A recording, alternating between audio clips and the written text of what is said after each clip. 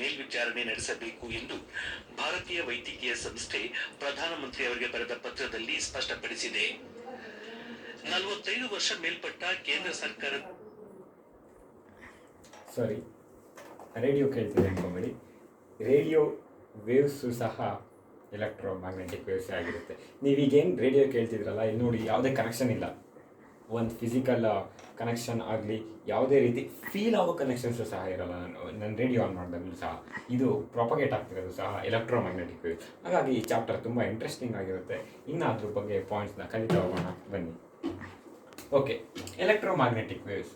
Stationery charges produces only electric field.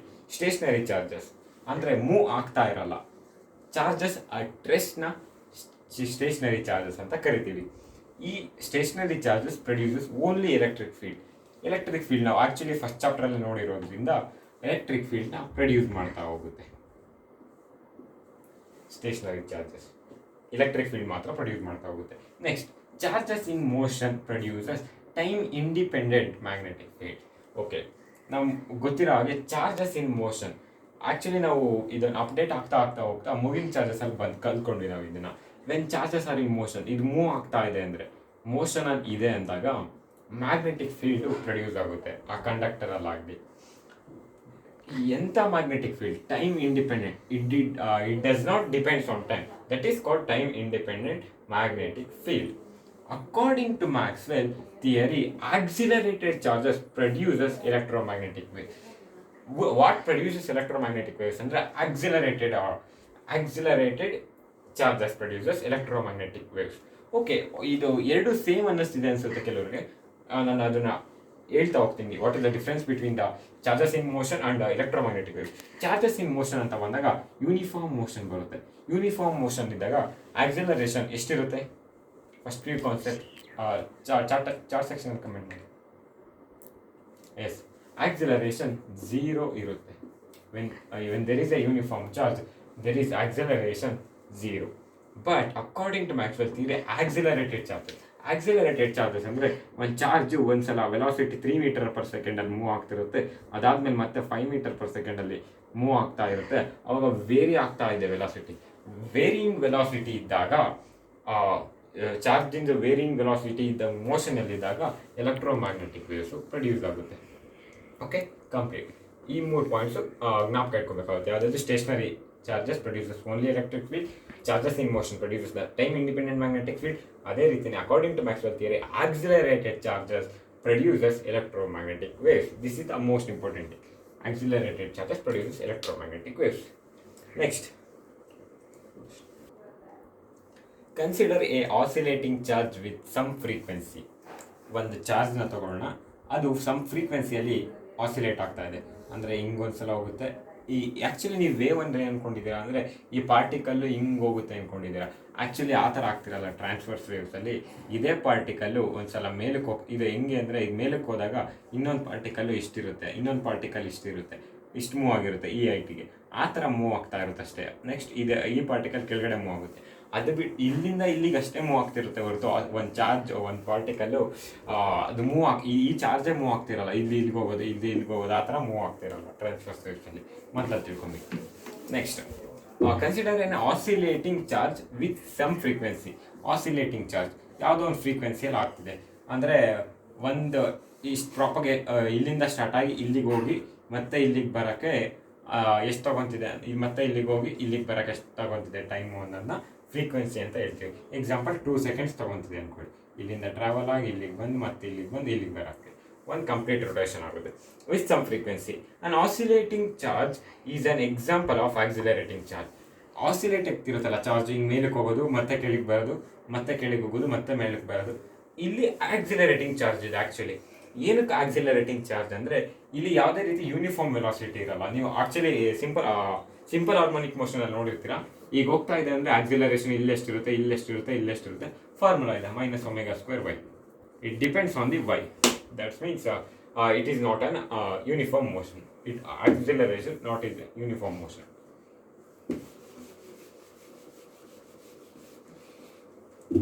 Okay, an oscillating charge is an example of accelerating charge. This produces on oscillating electric field in space. ಈ ಥರ ಹಿಂಗೆ accelerate ಆಗ್ತಿರುತ್ತಲ್ಲ, ಇದೇನು ಮಾಡುತ್ತೆ ಅಂದರೆ electric ಫೀಲ್ಡ್ನ produce ಮಾಡ್ತಿರುತ್ತೆ. ಇದನ್ನು ನಾನು ಇನ್ನೂ ಡಯಾಗ್ರಾಮೆಟಿಕ್ ಕಂಪ್ಲೀಟಾಗಿ ಬರೀತೀನಿ. This is x axis, this is x axis, this is y axis, x y z axis. Okay, waves propagate ಆಗ್ತಿರುತ್ತೆ. ಇಲ್ಲಿ ಹೇಳಿದೆ ನೋಡಿ, and these produces an oscillating electric field in space. ಇದು oscillating electric field.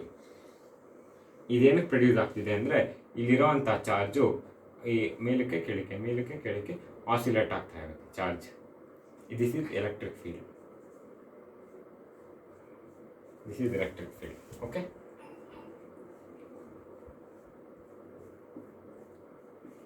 Next, which produces N oscillating magnetic field. ಇಲ್ಲಿ ಯಾವ phenomena ಅರ್ಥ ಮಾಡ್ಕೊಬೇಕು ಅಂದರೆ ನಾವು ಈಗ ಏನು ಕಲಿತ್ವಿ ಅಂದರೆ ಈ ಚಾಪ್ಟ್ರಲ್ಲಿ ನಾವು ಪ್ರೀವಿಯಸ್ ಚಾಪ್ಟರ್ಸಲ್ಲೆಲ್ಲ ಏನು ತೊಗೊಂಡಿದ್ವಿ ಅಂದರೆ ಮ್ಯಾಗ್ನೆಟಿಕ್ ಫೀಲ್ಡ್ ಅನ್ನೋದು ಎಲೆಕ್ಟ್ರಿಕ್ ಫೀಲ್ಡ್ನ ಪ್ರೊಡ್ಯೂಸ್ ಮಾಡುತ್ತೆ ಅಂತ ಕಲ್ತ್ಕೊಂಡ್ವಿ. ಬಟ್ ನಾನು ಈ ಚಾಪ್ಟರ್ ಇಂಟ್ರೊಡಕ್ಷನಲ್ಲಿ ಸ್ಟಾರ್ಟಿಂಗ್ ಪಾಯಿಂಟ್ಸಲ್ಲಿ ಹೇಳಿದೆ ಎಲೆಕ್ಟ್ರಿಕ್ ಫೀಲ್ಡು ಮ್ಯಾಗ್ನೆಟಿಕ್ ಫೀಲ್ಡ್ನ ಪ್ರೊಡ್ಯೂಸ್ ಮಾಡುತ್ತೆ ಅಂತ. ಕರೆಕ್ಟ್ ಆಗಿದ್ಮೇಲೆ ಇಲ್ಲಿ ಎಲೆಕ್ಟ್ರಿಕ್ ಫೀಲ್ಡ್ ಇದೆ ಅಂದಮೇಲೆ ಇದು ಮ್ಯಾಗ್ನೆಟಿಕ್ ಫೀಲ್ಡ್ನ ಪ್ರೊಡ್ಯೂಸ್ ಮಾಡ್ತಿದೆ ಅಂತ ಅರ್ಥ ತಾನೆ. ಆಗಿದ್ಮೇಲೆ ಆ ಮ್ಯಾಗ್ನೆಟಿಕ್ ಫೀಲ್ಡು ಇಲ್ಲಿ ಪ್ರೊಡಕ್ಷನ್ ಆಗಿದೆ, ಅದನ್ನೇ ಈ ಪಾಯಿಂಟಲ್ಲಿ ಹೇಳಿರೋದು. Which produces an oscillating magnetic field.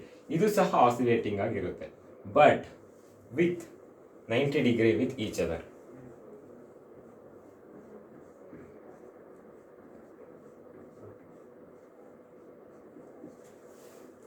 ಇಲ್ಲಿ ಮೊದಲು ಎಲೆಕ್ಟ್ರಿಕ್ ಫೀಲ್ಡ್ ಹೋಗ್ತಾ ಇರುತ್ತೆ. ಏನಕ್ಕೆ ಹೋಗ್ತಾ ಇರುತ್ತೆ? ಒಂದು ಚಾರ್ಜು ಆಸಿಲೇಟ್ ಆಗ್ತಾ ಇರುತ್ತೆ ವಿತ್ ಸಮ್ ಫ್ರೀಕ್ವೆನ್ಸಿ, ಹಾಗಾಗಿ ಎಲೆಕ್ಟ್ರಿಕ್ ಫೀಲ್ಡ್ ಹೋಗ್ತಾ ಇರುತ್ತೆ. ಈ ಎಲೆಕ್ಟ್ರಿಕ್ ಫೀಲ್ಡ್ ಏನು ಮಾಡುತ್ತೆ? ಇಂಟರ್ ಮ್ಯಾಗ್ನೆಟಿಕ್ ಫೀಲ್ಡ್ನ ಪ್ರೊಡ್ಯೂಸ್ ಮಾಡುತ್ತೆ. ಇದನ್ನು ನಾವು ಇಂಟ್ರೊಡಕ್ಷನಲ್ಲಿ ಕಲ್ತ್ಕೊಂಡ್ವಿ, ಅದನ್ನೇ ನಾವು ಇಲ್ಲಿ ಎಲೆಕ್ಟ್ರೋಮ್ಯಾಗ್ನೆಟಿಸಮ್ದು ಮೈನ್ ಇಂಪಾರ್ಟೆನ್ಸ್ ಆಗಿರೋದು. Which in turn produces magnetic field. Then magnetic field produce ಆಯಿತು ಅಂದಮೇಲೆ ಅಕಾರ್ಡಿಂಗ್ ಟು ನಾವು ಇಲ್ಲಿವರೆಗೂ ಕಲ್ತಿರೋ ಚಾಪ್ಟರ್ ಪ್ರಕಾರ ಮ್ಯಾಗ್ನೆಟಿಕ್ ಫೀಲ್ಡ್ ಮತ್ತೆ ಎಲೆಕ್ಟ್ರಿಕ್ ಫೀಲ್ಡ್ನ ಪ್ರೊಡ್ಯೂಸ್ ಮಾಡ್ಬೇಕಾನೆ. ಎಸ್, ಅದನ್ನೇ ಹೇಳಿರೋದು ಮತ್ತೆ ಇಲ್ಲಿ ಹೇಳಿದ್ದೆ ನೋಡಿ. Which in turn is a source of oscillating electric fields and so on. ಇದೇ ರಿಪೀಟ್ ಆಗ್ತಾ ಬರುತ್ತೆ. ಇದನ್ನು ಪ್ರೊಡ್ಯೂಸ್ ಮಾಡುತ್ತೆ, like magnetic field, electric field. This continues so on. Next, the oscillating electric field and magnetic field thus regenerates each other has the wave propagates through the space. ಇದೇನಾಗುತ್ತೆ ಅಂದರೆ ಈಗ ನೋಡ್ತಿದ್ದೀರಲ್ಲ, ಈ electric field magnetic field with perpendicular to each other ಇಟ್ಕೊಂಡು ಸ್ಪೇಸಲ್ಲಿ propagate ಆಗುತ್ತೆ. ಅದು ಯಾವ ರೀತಿ ಸ್ಪೇಸಲ್ಲಿ ಪ್ರೊಪಗೇಟ್ ಆಗುತ್ತೆ ಅಂದರೆ, ಎಕ್ಸಾಂಪಲು, ಈಗ ಎಲೆಕ್ಟ್ರಿಕ್ ಫೀಲ್ಡ್ ಹಿಂಗೆ ಪ್ರೊಡ್ಯೂಸ್ ಆಗ್ತಿದೆ, ಮ್ಯಾಗ್ನೆಟಿಕ್ ಫೀಲ್ಡ್ ಈ ಡೈರೆಕ್ಷನಲ್ಲಿ ಪ್ರೊಡ್ಯೂಸ್ ಆಗ್ತಿದೆ, 90 ಡಿಗ್ರಿಯಲ್ಲಿದೆ. ಈ ವೇವ್ಸ್ ಯಾವ ರೀತಿ ಪ್ರೊಪಗೇಟ್ ಆಗುತ್ತೆ ಅಂದರೆ ಈ ರೀತಿ ಪ್ರೊಪಗೇಟ್ ಆಗುತ್ತೆ. ಈಗ ಮ್ಯೂಚುವಲಿ ಪರ್ಪೆಂಡಿಕ್ಯುಲರ್ ಇದೆ ನೋಡಿ, ಇದಕ್ಕೂ ಇದು 90 ಡಿಗ್ರಿ, ಇದು ಮತ್ತು ಇದು 90 ಡಿಗ್ರಿ. ಅದೇ ರೀತಿಯೇ ಇದು ಮತ್ತು ಇದು 90 ಡಿಗ್ರಿ. ಹಾಗಾಗಿ ಮ್ಯೂಚುವಲಿ ಪರ್ಪೆಂಡಿಕ್ಯುಲರ್ ಆಗಿರುತ್ತೆ. ಎಲೆಕ್ಟ್ರಿಕ್ ಫೀಲ್ಡ್, ಮ್ಯಾಗ್ನೆಟಿಕ್ ಫೀಲ್ಡು ಸ್ಪೇಸಲ್ಲಿ ಪ್ರೊಪಗೇಟ್ ಆಗುತ್ತೆ ಮ್ಯೂಚುವಲಿ ಪರ್ಪೆಂಡಿಕ್ಯುಲರ್ಲಿ.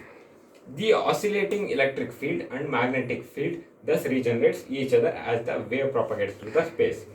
The frequency of the electromagnetic wave naturally equals the frequency of the oscillating of the charge. ಇದು ಎಲೆಕ್ಟ್ರೋಮ್ಯಾಗ್ನೆಟಿಕ್ ವೇವ್ಸ್ ಬಂತಲ್ವಾ, ಇದನ್ನ ಎಲೆಕ್ಟ್ರೋಮ್ಯಾಗ್ನೆಟಿಕ್ ವೇವ್ ಅಂತ ಕರಿತೀವಿ. ಎಲೆಕ್ಟ್ರೋಮ್ಯಾಗ್ನೆಟಿಕ್ ವೇವ್ ಇದ್ರ ಫ್ರೀಕ್ವೆನ್ಸಿ ಯಾವುದಕ್ಕೆ ಈಕ್ವಲ್ ಆಗಿರುತ್ತೆ ಅಂದರೆ, ನಾನು ಆಗಲೇ ಹೇಳಿದ್ನಲ್ಲ, ಈ 2 ಸೆಕೆಂಡ್ಸ್, ಈ ಚಾರ್ಜ್ 2 ಸೆಕೆಂಡ್ಸಲ್ಲಿ 2 ಸೆಕೆಂಡ್ಸ್ ಫ್ರೀಕ್ವೆನ್ಸಿಯಲ್ಲಿ ಆಸಿಲೇಟ್ ಆಗ್ತಿದೆ ಅಂತ, ಅದೇ ಫ್ರೀಕ್ವೆನ್ಸಿ ಈಕ್ವಲ್ ಆಗಿರುತ್ತೆ. Equals to the naturally equals to the frequency of the oscillation of the charge. ಎಷ್ಟು ಏನು ಫ್ರೀಕ್ವೆನ್ಸಿ ಇರುತ್ತೋ ಅದೇ ಫ್ರೀಕ್ವೆನ್ಸಿಯಲ್ಲಿ ಎಲೆಕ್ಟ್ರೋಮ್ಯಾಗ್ನೆಟಿಕ್ ವೇವ್ ಮೂವ್ ಆಗ್ತಾ ಹೋಗುತ್ತೆ.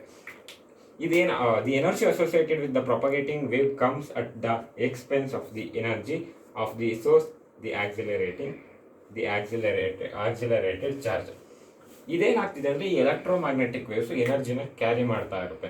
ಎನರ್ಜಿ ಕ್ಯಾರಿ ಮಾಡಬೇಕಾದ್ರೆ ಇಲ್ಲಿಂದ ಇಲ್ಲಿ ಪ್ರಾಪಗೇಟ್, ಇಲ್ಲಿಂದ ಈ ಥರ ಜಗ್ಲಿಂಗ್ ಆಗಬೇಕಾದ್ರೆ, ಇಟ್ ಮೀನ್ಸ್ ಆಸಿಲೇಟಿಂಗ್ ಆಗಬೇಕಾದ್ರೆ ತನ್ನ ಎನರ್ಜಿನ ಸ್ವಲ್ಪನೇ ಕಳ್ಕೊತಾ ಹೋಗುತ್ತೆ.